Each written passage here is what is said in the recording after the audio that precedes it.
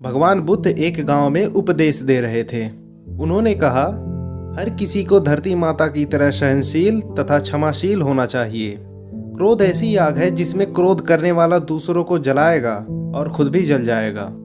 सभा में सभी शांति से बुद्ध की वाणी सुन रहे थे, लेकिन वहां स्वभाव से ही अति क्रोधी एक ऐसा व्यक्ति भी बैठा हुआ था जिसे ये सारी बातें बेतुकी लग रही थी। वह कुछ देर ये सब सुनता रहा, फिर अचानक ही आग बबूला होकर बोलने लगा, तुम पाखंडी हो, बड़ी बड़ी बातें करना यही तुम्हारा काम है। तुम लोगों को भ्रमित कर रहे हो। तुम्हारी ये बातें आज के समय में कोई मायने नहीं रखती। ऐसे कई कटु वचनों को सुनकर बुद्ध शांत रहे। उसकी बातों से ना ही वो दुखी हुए और ना ही कोई प्रतिक्रिया दी। यह देखकर व्यक्ति और भी क्रोधित हो गया और उसने बुद्ध के मुंह पर थूक दिया और फिर वहां से चला गया। अगले दिन जब उस व्यक्ति का क्रोध शांत हुआ तो उसे अपने बुरे व्यवहार के कारण पछतावे की आग में जलने लगा और वह बुद्ध को ढूंढते हुए उसी स्थान पर पहुंचा। पर बुद्ध कहाँ मिलने वाले थे। वह अपने शिष्यों के साथ पास के एक गांव में चले गए थे।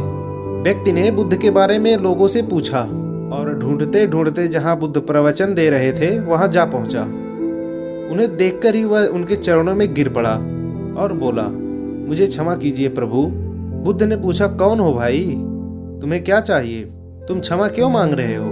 उसने कहा, क्या आप भूल गए, मैं वही हूँ जिसने कल आपके साथ बुरा व्यवहार किया था। मैं शर्मिंदा हूँ, मैं इसलिए आपसे माफी मांगने आया हूँ। भगवान बुद्ध ने प्रेम पूर्वक कहा, बीता हुआ कल तो मैं वहीं छोड़कर आ गया और तुम अभी भी वहीं अटके हुए हो। तुम्हें अपनी गलती का आभास हो गया, तुमने पश्चाताप कर लिया, तुम निर्मल हो चुके हो। अब तुम आज में प्रवेश करो। बुरी बातें तथा बुरी घटनाएं याद करने से ही वर्तमान और भविष्य दोनों बिगड़ जाते हैं। बीते हुए कल के कारण आज को मत बिगाड़ो। यह सब सुनकर उस व्यक्ति का सारा बोझ उतर गया।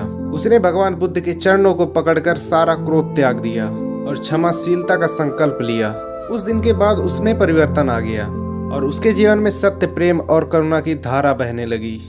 दोस्तों, इस कहानी का यही मतलब है, भूतकाल की बातों को छोड़कर हम वर्तमान में जिए और आने वाले भविष्य के बारे में सोचें, ना कि भूतकाल की बातों को सोचकर अपना समय बर्बाद करें।